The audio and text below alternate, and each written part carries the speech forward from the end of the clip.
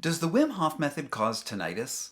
About 2 years ago, I started getting emails from readers all across the world complaining about how their ears wouldn't stop ringing after they started doing the Wim Hof breath work. I'd written a book about all things Wim Hof, and I was worried I'd missed a potentially dangerous side effect that people should really know about. And I wasn't the only one who'd gotten an earful about it. Your phone is ringing so much you get tinnitus. This fun. It is. In this video, I'm going to explain why I started investigating the relationship between persistent ear ringing and the Wim Hof method. And then what breathwork experts, audiologists, and ultimately Wim Hof himself have to say about it. Along the way, I learned some fascinating things about tinnitus. Not only how to pronounce it correctly, it's tinnitus, not tinnitus, and I'm going to sort of mess that up through this whole video, but also its underlying physiology and ways to treat it once it flares up. Finally, I was surprised to find some ways that we can actually use tinnitus symptoms as a gauge to understand the inner workings of our nervous systems. But I'm getting a little ahead of myself. First, let's talk a little bit about how this problem came to my attention. At the beginning of the COVID pandemic, 3 people in different parts of the world sent me messages about how they were new Wim Hof method practitioners and they were really concerned that after several rounds of Wim Hof breathwork, they got a whoosh of tinnitus that just wouldn't go away. This was at the same time that I had just released my book, The Wedge, about how the nervous system and the environment relate to one another through positive and negative feedback loops, and I was concerned that tinnitus might be a hidden side effect of too much heavy breathing. I posted a question on Reddit about it, and the responses flooded in. I promised I would look into it, and then, well, I got busy with other things. In the meantime, people never stop posting about it. I mean, right now, it feels as if every other question on the R Becoming the Iceman subreddit is someone or another trying to figure out why their ears are ringing. It was definitely a problem. In fact, around the same time, I noticed that I was starting to have this low-grade ringing in my ears, too. People on Reddit weighed in with their own ideas about what exactly was going on, and I'll link to my Reddit post as well as some related research articles and sources down below. The readers' feedback was amazing because it illustrated interesting patterns. Most people reported that they hear whooshing in their ears right after their last breath holds in the breathing pattern, but that usually went away 2 or 3 minutes afterwards. This is totally normal and not a concern at all. This is an example of what that sounds like for me.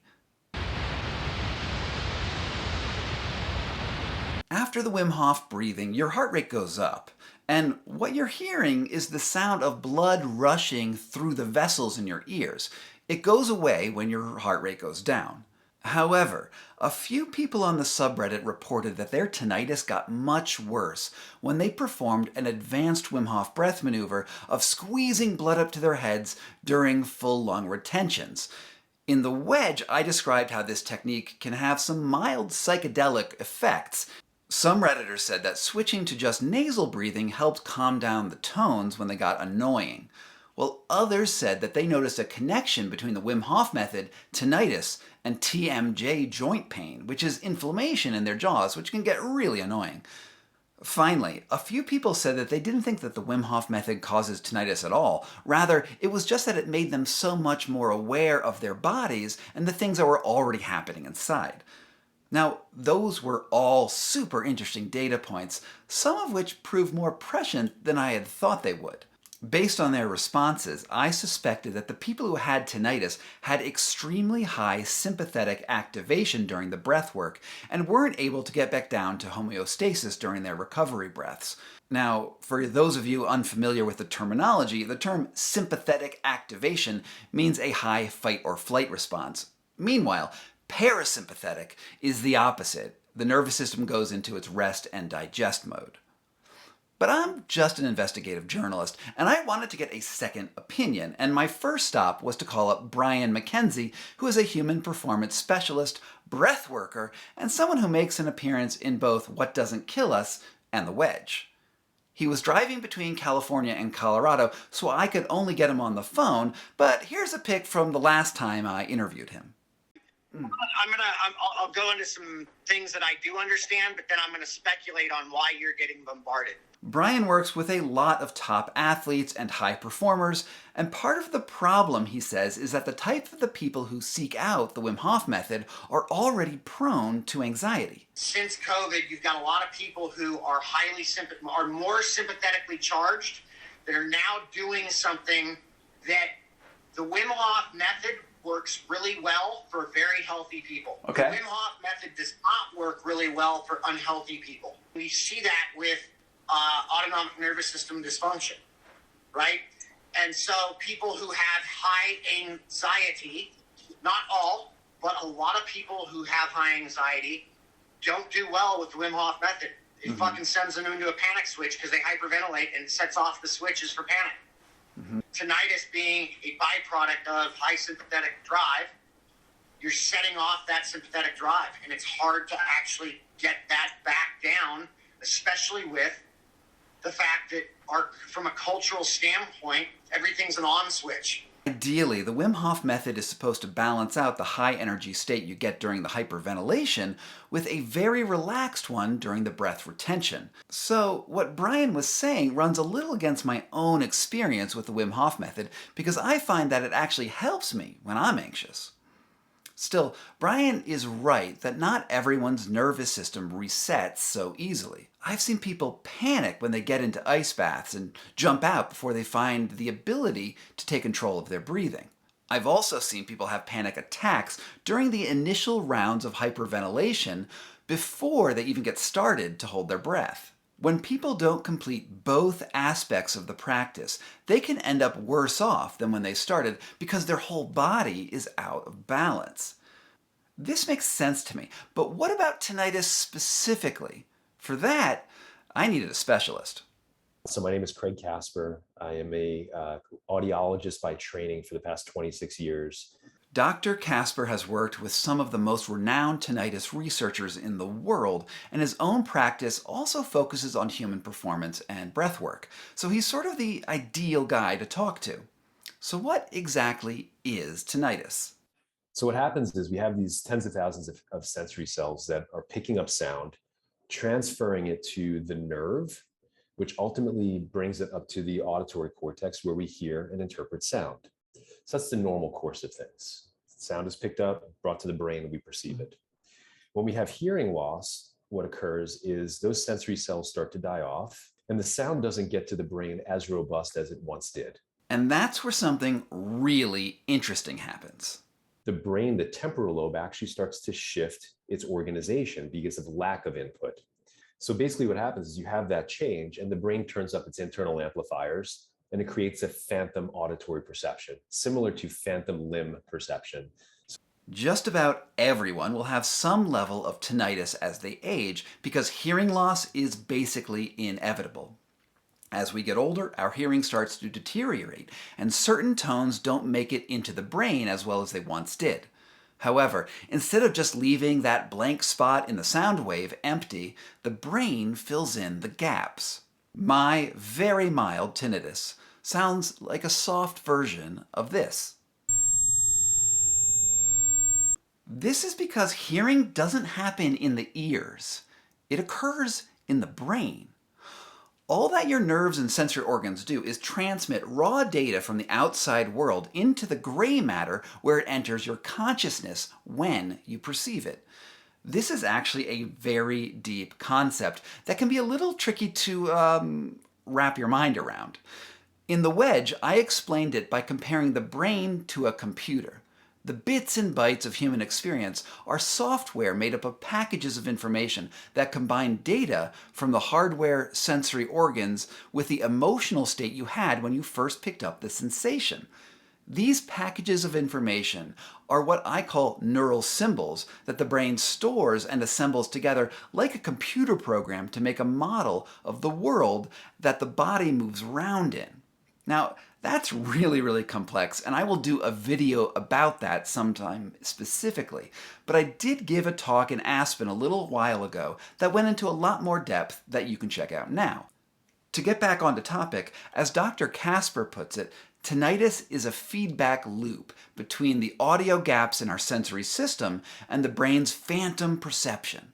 But it only becomes a problem when our anxiety latches onto the sound and starts driving us a little crazy. It's not just the auditory centers that are involved when it comes to tinnitus. It's the limbic system, the emotional centers of the brain that we know for a fact that are roped in. And what happens when we're bothered by our tinnitus is that a loop is forged, basically a learned response. We hear the tinnitus, we become stressed. We get stressed, we hear it more. And then there's that vicious plastic cycle, that's learned response, that all of a sudden we hear our tinnitus and we're bothered by it. In other words, tinnitus is all in your head, but it has real-world consequences. But usually there's some sort of a triggering event that's an emotional event. So for instance, if you talk to patients when they were first bothered by their tinnitus, loss of a job, lost a loved one, went through a highly stressful event, something emotional has triggered off their awareness of their tinnitus. And then ultimately that fuel and that kind of that learned response becomes the disturbance, where they just can't sleep at night. They have trouble concentrating during the day. And some people get to the point where they are actually suicidal with their tinnitus because they just cannot get away from it. Okay, so now we have the nuts and bolts of the sympathetic activation and the physiology of tinnitus. So let's put the pieces together and understand how this all connects to the Wim Hof method. The Wim Hof method, from what I understand, a lot of it is kind of upregulating in many respects. When you're upregulating, you're impacting your emotional centers. It's a stressful response, and it's fueling that tinnitus loop. So what might have been present before was kind of in the background because it didn't mean anything. And then all of a sudden you're getting stressed and you're fueling it. So yeah, this may not be what I wanted to hear, but we can blame the Wim Hof method for causing tinnitus. Hof's breathing upregulates, which is just a fancy word for heightens, our sensory perception, at the same time that it engages the emotional centers of the brain. When the breather is excited, that natural ringing from increased blood flow in the ear can seem unusually loud. And if your brain latches onto that ringing, you might enter into this endless tinnitus loop fueled by your own anxiety. At this point, I had to take what I'd learned right to Wim, who had several important observations, this one being my favorite. They don't go. I see some people really go berserk, and that's not the idea. Brian McKenzie, Dr. Casper, and Wim Hof all agreed that too much upregulation during the breath work can be the catalyst for long-term tinnitus. So that's one way that the tinnitus cycle can get going. But is this hopeless? We have solutions for that. So it's the brain. And as it is the brain, the neuroplasticity in the brain needs to be activated. When I started hearing about tinnitus and the Wim Hof breath work, I advised people to take a step back from the breath work, assuming that either they were doing the technique incorrectly or there was something about their individual biology that wasn't a good fit. I didn't know exactly what sort of techniques to offer someone to make it all go away, but I assumed that over time they would return to homeostasis. And while I think that advice is still good, Brian McKenzie, Craig Casper, and Wim Hof all agree that doing breathwork that focuses on down-regulation might actually be better than simply taking time off. This is what Wim Hof recommends. Healing is the matter. And healing is being done by doing the retentions after exhalation without the inhale hold. So the 30, 40 deep breaths, fully in, let it go, and stop. And then increasingly every round, 1 minute, 2 minutes, 2.5 minutes, 3 minutes, things like that. But know at the end, when you want to breathe again, fully in and hold, because there's something going on and you don't want to force it at that moment. It needs to heal. Wim is describing the basic breathing method that he teaches in his introductory classes, several rounds of hyperventilation followed by exhalation breath holds. The exhale holds are important because they balance out the intense breath sprints that mimic what a person might feel during a panic attack. Too much panic in your nervous system, and you need to down-regulate with a really, really good, restful breath hold. However, if down-regulation is the main goal, then maybe the Wim Hof method isn't the perfect cure on its own to sort out tinnitus and anxiety for all people. In fact, other types of breathwork could be even better for you. Any method that focuses on slow breathing patterns will be useful. I'd suggest the potato breathing that Patrick McEwen explains in his book The Oxygen Advantage, or the ever-popular box breathing used first by Navy SEALs. But if breathwork isn't your thing anymore, then maybe consider meditation or flotation tanks.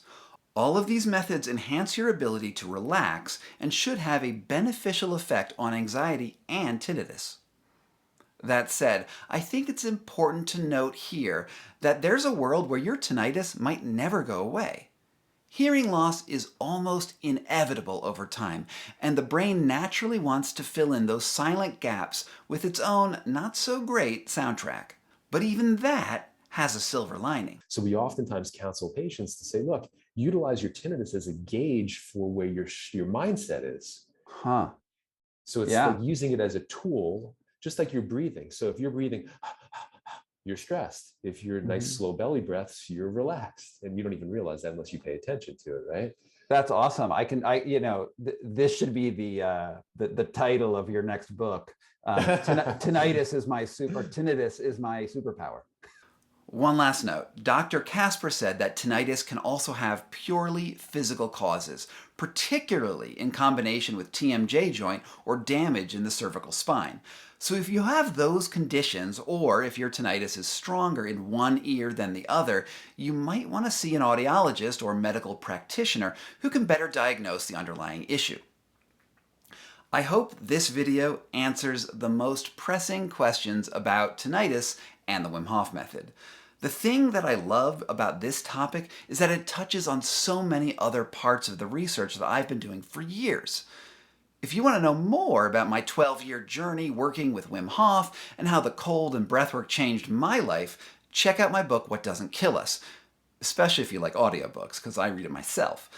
Alternately, if you've already gone deep into those things and want to know what to try next, my book, The Wedge, is an exciting exploration into the structure of the human nervous system and how I ended up using everything from flotation tanks and saunas to MDMA, ayahuasca, and even throwing kettlebells to increase my overall resilience and take control of depression and anxiety.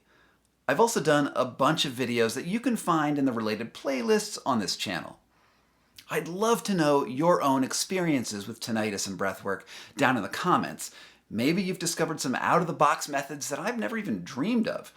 Or maybe you've come across things that I should take a deeper dive into for another video. Let me know, and don't forget to like and subscribe.